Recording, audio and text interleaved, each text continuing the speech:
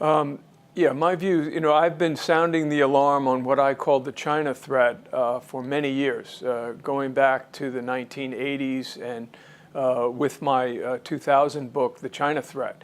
And I've argued since the beginning that the fundamental approach to China has been mistaken. And that approach has been partly that if the United States trades with China, that this trade and business interaction will have a moderating influence and ultimately result in the evolution of China from a communist state to a democratic state.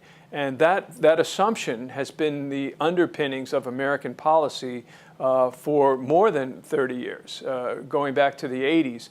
And it's proven to be fundamentally false. We have not seen a moderating of China. We have not seen an evolution towards a democratic system. In fact, we've seen just the opposite. This is what they say, often say about second marriages, that it's the triumph of hope over experience.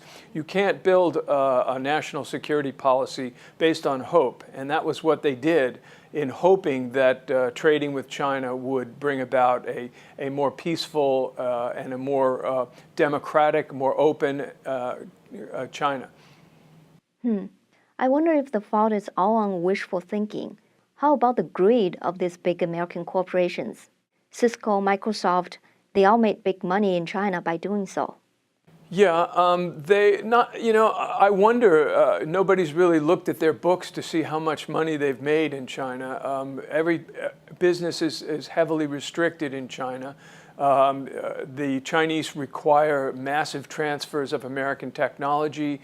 They put incredible restrictions on American companies over there.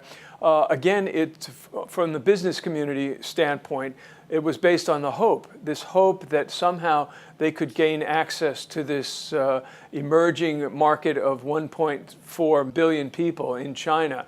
And the hope was that, again, that let's try to get them into the business sphere, and the hope that this idea of American capitalism will catch on. Well, it hasn't caught on, in a sense that, especially under Chinese leader Xi Jinping, we've seen a retrenchment towards a much more ideological and much more hardline communist position. I know something about Cisco. Its president reached out to the Chinese leaders in the late 1990s. Cisco laid the design foundation for China's Great Firewall, helped China with the Golden Shield project, and sold equipment to China.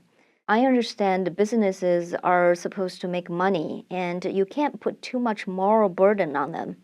But when a profit-driven business sector is driving the public policy, would we run into the risk of neglecting or even compromising the long-term interest and values of the country? Yes, very much so. I mean, I think first of all, many of the American technology companies are beginning to understand that doing business with China is a high-risk enterprise. And what is the risk? The risk is that China will steal their most important proprietary secrets, their industrial and economic secrets. And that's really, I think, becoming a little bit more clear to a lot of companies that have done business in China. Under the Trump administration, we're seeing a major pushback against that through a number of actions. The U.S. Trade Representative Office did a report on this. They've been very aggressive in pushing back, and part of the reason for that is that many of the American business leaders have approached the U.S. government and saying, look, we're being stolen blind by China.